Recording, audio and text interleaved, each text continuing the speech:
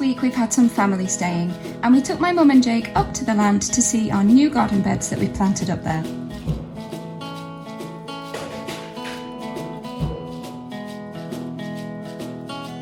Even if it was only a few basil leaves on our lunch, it was so lovely to be able to pick and share some of the first produce from our land with them.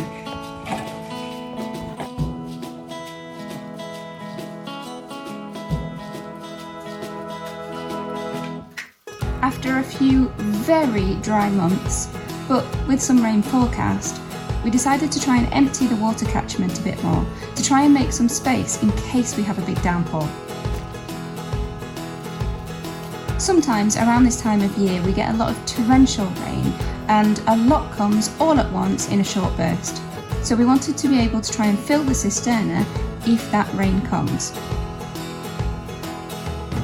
But, spoiler alert, the rain has not come. At least not yet anyway. So we had the bluetti on to start the water coming down the hose to fill the IBCs, but now I've just turned it off because it's a bit like a siphon and it just keeps flowing.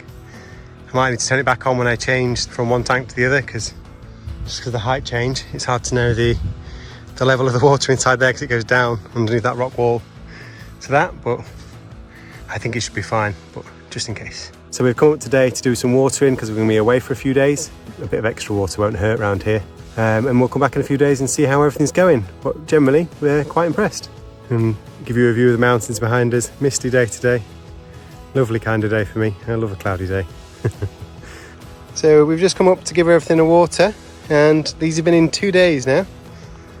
And they look like they've taken really well. Everything's perked up and they look like they've grown a little bit. And this is the sweet potatoes.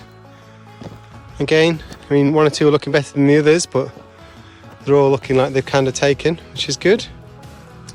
And then this is the other bed. So what we put in here was the basil that you can see there, and I think some of the taller peppers. And again, they're looking very perky.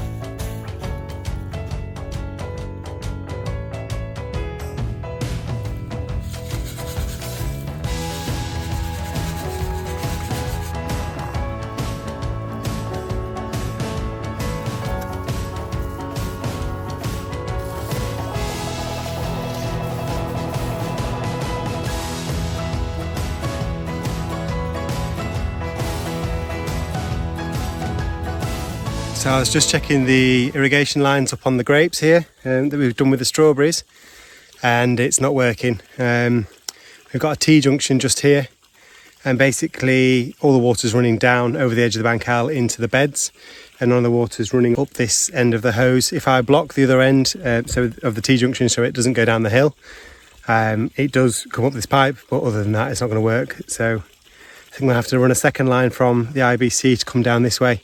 Otherwise they're not going to get watered. That's the T-junction, so you can hear the water going down, and then I just like pinched it there, and then the water does come up here, but with that T-junction like that going straight over the edge of the hill, we're just not getting any up here. So yet again, the May rain may have come fractionally too late for us. Can you see the flowers on the end there? So that's normally where the olive fruit sets. You can see it just falls off. I think it's just got too dry. All the flowers and fruit set have gone brown and are just dropping off. So that's not looking good for the winter. So that's another 2,000 litres taken out of the cisterna. We've not had any rain that's really put anything back in it since we took out the first 4,000 I think we took. So it's now 6,000 we've taken out of there without it being filled up. We've had a few little light showers that make the ground wet, but nothing's soaking in and nothing's running across the surface, so we're not collecting any. So yeah, praying for rain. As you can see, it's not like it's not a cloudy day, but that mountain in the distance tends to steal all the rain, and over here we get nothing. So let's just pray for a bit of that falling over here, and we'll have enough water for the summer. And we've got a tired little Paquito. He's not even been off lead and he's tired up here. We took him for a little walk around the top, just so he's out and about in the nature, even though if he's got to be on his lead. But yeah, even that's tired him out. Now that all of the fixtures and fittings are done in the bathroom, the next thing for us to do is a kind of quick fix on the floor. We're actually going to be redoing the floor when we come to do the kitchen, because we're going to be laying one continuous floor that goes all the way through the kitchen diner, down the hallway and into the bathroom. But for now, we've decided, because we just hate the floor that's down and it makes it feel really kind of grimy and dirty, we're actually going to do a little bit of a quick paint job on it and just freshen it up in the meantime. So the first thing to do is tidy around all these little edges where there's little bits of the plaster that's made its way onto the floor. It scrapes up pretty easily, so it's just a case of kind of chipping away at all of that, giving it a really good clean, and then it'll be ready for the primer and paint. And to help me get it done nice and fast, I've got my little helpers in the hallway.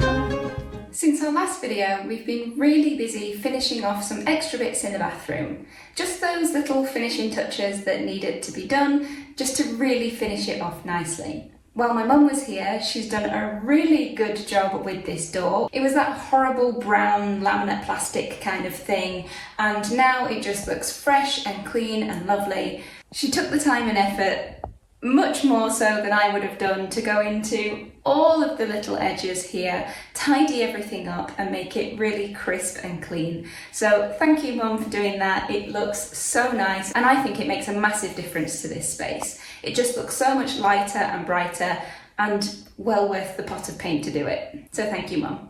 I've just finished a second coat of primer on the floor, and I've also tidied up along this beam here with a bit of brown paint. And luckily, Isabel is still sleeping, so I think I'm going to sit down and have a quick coffee.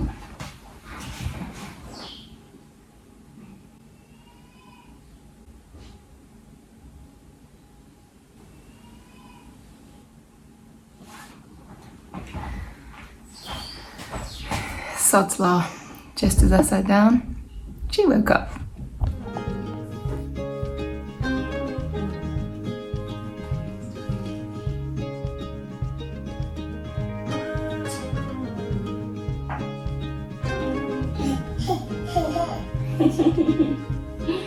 Naughty Spot, it's dinner time.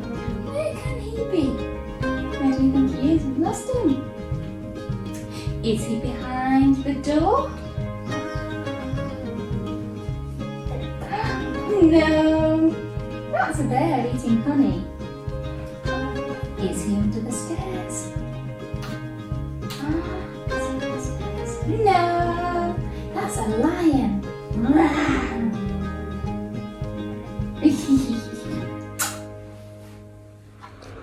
I've already done a couple of coats of primer on the floor, and now we're going to do the kind of paint layer, I guess, although it's not really paint.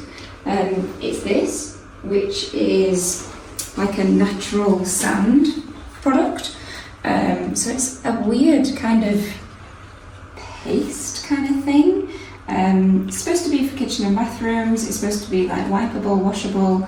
I don't think it's really designed for the floor, but it's only a temporary measure, so it'll be fine. But just wanted to use the product and see what it was like.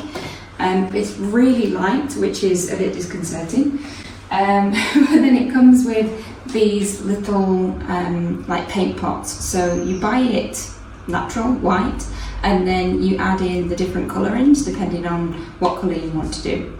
So we've gone for dirt brown, is what it's called, marron tierra. You could call it brown earth, that would sound nicer. Okay. So this is the colourant that we're going to use, which is called brown earth, or dirt brown, marron tierra. And basically you just mix one pot of this in with one tub of this, mix it in as best you can, and then use that to paint onto the floor. It says to use a brush, not a roller. So that's what I'm going to do and see what happens. I don't know, it's weird.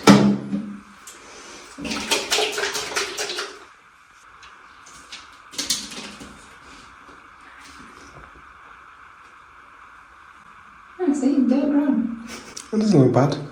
Mushroomy grey. That's what it looked like on the little sample thing on the wall. I guess it's going to be much more diluted than that once it's mixed in.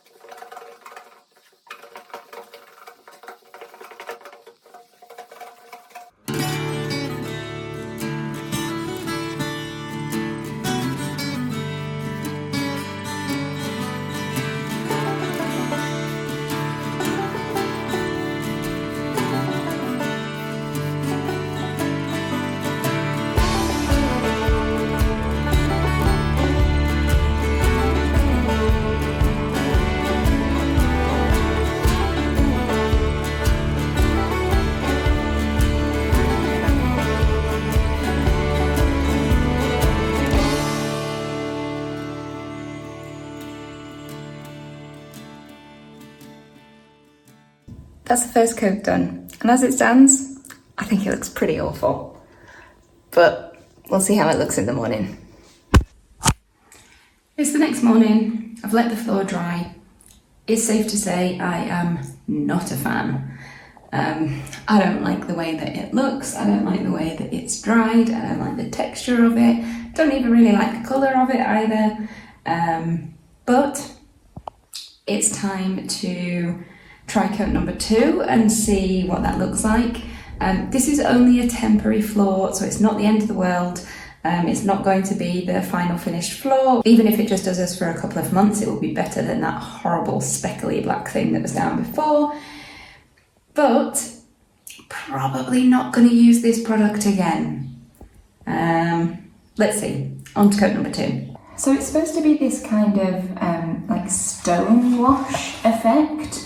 So it's got this like fine sandy texture, and then you kind of paint it on in like a crisscross pattern to create this effect. But I don't know, it just looks patchy and terrible at the moment. So we'll see what coat number 2 does. I can see why it's probably supposed to go on walls, not floors. I don't know how durable this is going to be, although it is waterproof and kind of washable, so that should be fine, but it's not going to be the nicest texture underfoot. My mum would probably say that it feels like floury bread rolls.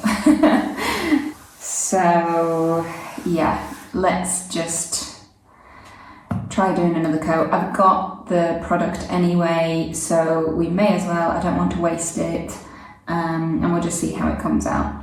But I suppose not every DIY can go well. I mean, wait, what am I saying? None of our DIYs go well.